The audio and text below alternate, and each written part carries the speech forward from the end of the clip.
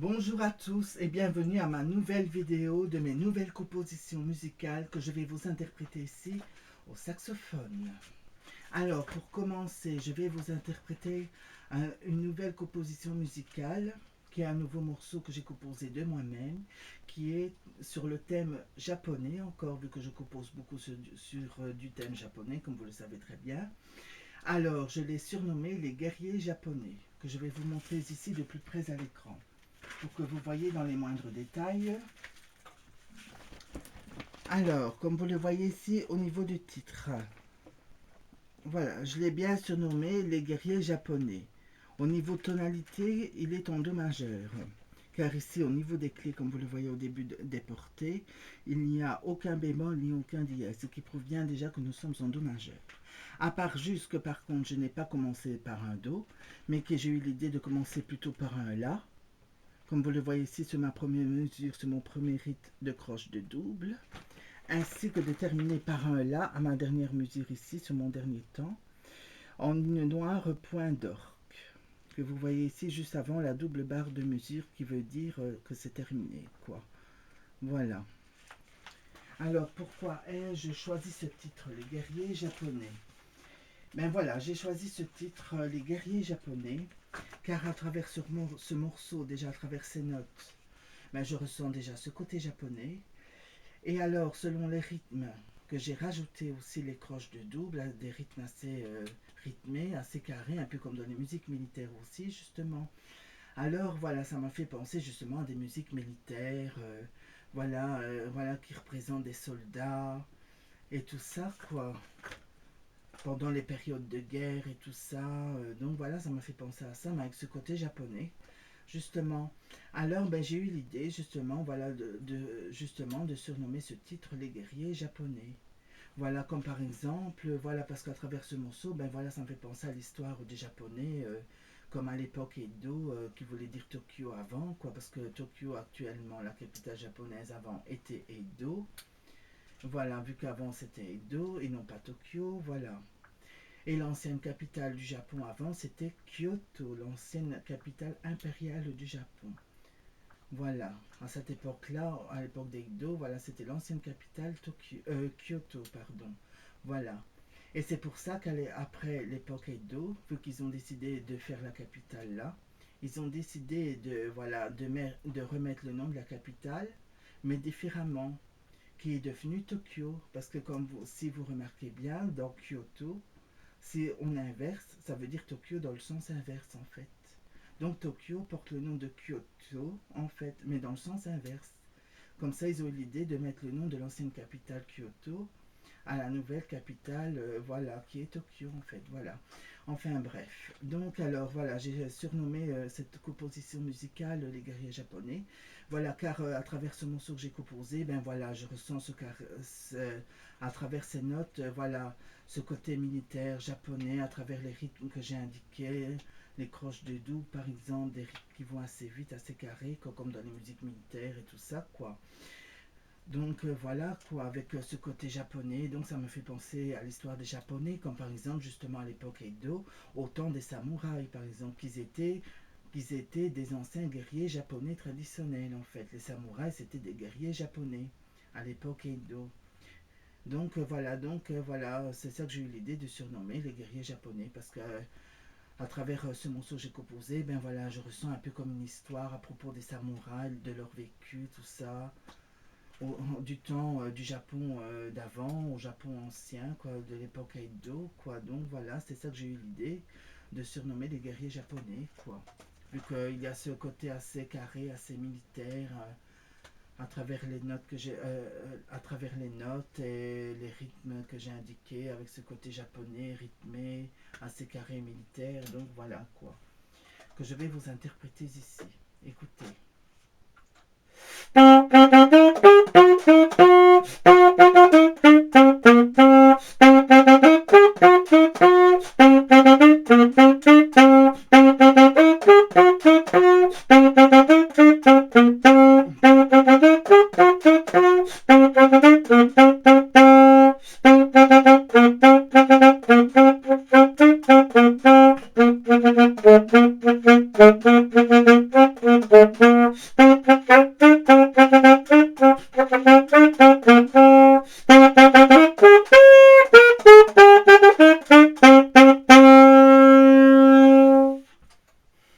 voilà. Alors, ma nouvelle composition musicale suivante. Alors, je l'ai surnommé le chant de fleurs, qui est en do majeur, que je vais vous montrer ici dans les moindres détails, de plus près à l'écran.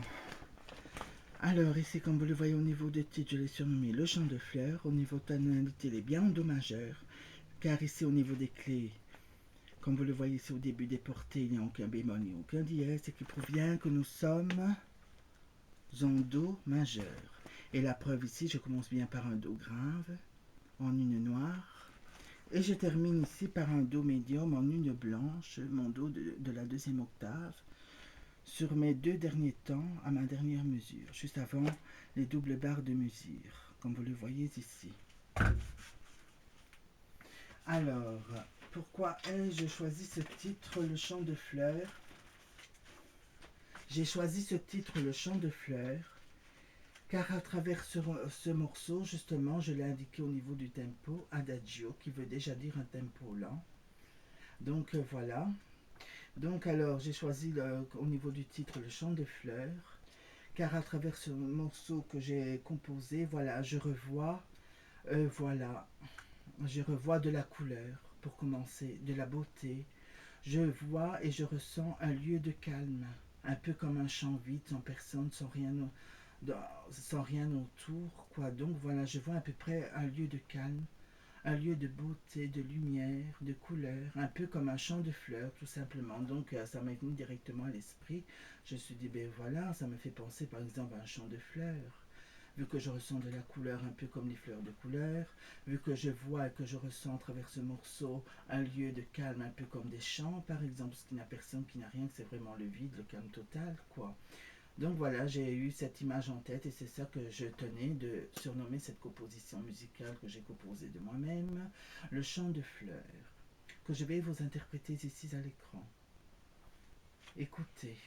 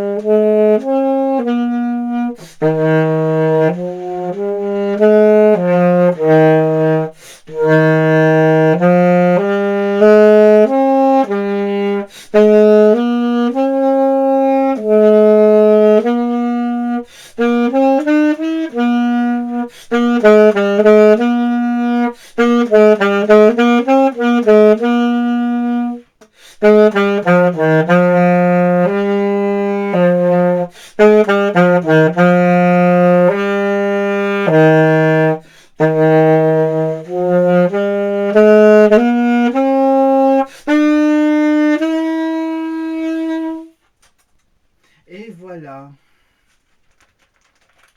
Alors, mon nouveau morceau suivant que j'ai composé. Alors, je vais vous montrer ça de plus près à l'écran pour que vous voyez. Voilà, au niveau du titre, je l'ai surnommé à la pouponnière. Voilà, au niveau de tonalité, il est en do majeur, car déjà ici, je l'ai indiqué entre parenthèses, mais la preuve, comme vous le voyez ici au niveau des clés, il n'y a aucun bémol ni aucun dièse. Ici, au début de mes portées, au niveau des clés, il n'y a aucun bémol, aucun dièse, ce qui provient que nous sommes en do majeur.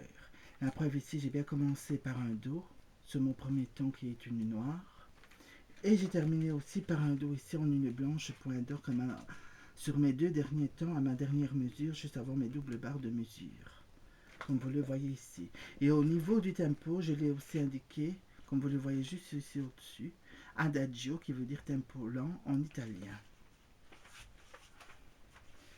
Alors, pourquoi ai-je choisi ce titre à la pouponnière? Ben voilà, j'ai choisi ce titre, voilà, car voilà, cette composition musicale que j'ai composée, voilà, c'est aussi justement une berceuse, parce que ici, entre parenthèses, voilà, j'ai indiqué aussi que c'était une berceuse, comme vous avez dû le voir, mais j'ai pas pensé à vous le dire ici, quoi. Voilà, j'ai eu l'idée de surnommer à la pouponnière, car voilà, à travers ce tempo adagio qui veut dire lent, voilà, ça me fait penser à une berceuse, ça ressemble à une berceuse, vu que c'est quelque chose de lent, voilà, et alors je ressens de l'émotion, de la joie, voilà, de la gaieté, voilà, un peu comme, voilà quoi, comme un bébé qui commence à marcher, à faire ses premiers pas, et tout ça, je vois à peu près ces images-là, quoi. Donc c'est ça que j'ai eu l'idée, voilà, par exemple, de surnommer à la pouponnière, quoi. Vu que je ressens ce côté assez comme une berceuse, quelque chose de lent, avec de l'émotion, de la joie, voilà, un lieu de calme, voilà, un peu comme dans une pouponnière avec des petits bébés qui font dodo et tout ça. Donc voilà quoi. Donc ça m'a fait penser simplement à ça quoi. Vu qu'à travers ce morceau, ben, je vois cette image quoi. Un lieu de calme où il y a des bébés qui dorment quoi. Donc c'est ça que j'ai eu l'idée de surnommer à la pouponnière. Vu que la pouponnière c'est un lieu de calme où les bébés font dodo quoi. Et comme à travers cette berceuse que j'ai composée, je ressens un lieu de calme, de la joie, de la beauté, de l'émotion. Un peu comme un bébé entre-temps qui pleure, qu'il faut s'occuper de lui donner le biberon, le changer, tout ça. Donc je vois à peu près toutes ces images-là à travers ce morceau, qui est une berceuse que j'ai composée de moi-même, que je vais vous interpréter ici. Écoutez.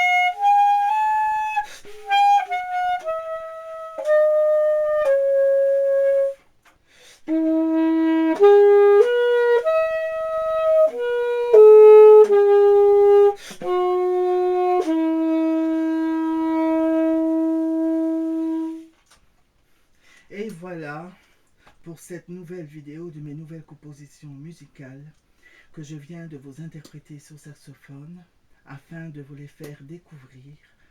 Voilà, donc n'hésitez pas surtout comme d'habitude à commenter ma vidéo pour apporter tout votre soutien et de m'encourager et surtout de me dire voilà ce que vous en pensez afin de me donner plus d'idées à votre façon afin que je puisse peut-être faire mieux par la suite quoi. Donc voilà, n'hésitez aussi surtout pas de commenter ma vidéo, de la liker et surtout de la partager un maximum sur les réseaux sociaux. Voilà, je vous dis à très bientôt pour une nouvelle prochaine vidéo de mes nouvelles autres compositions musicales. À très bientôt. Au revoir.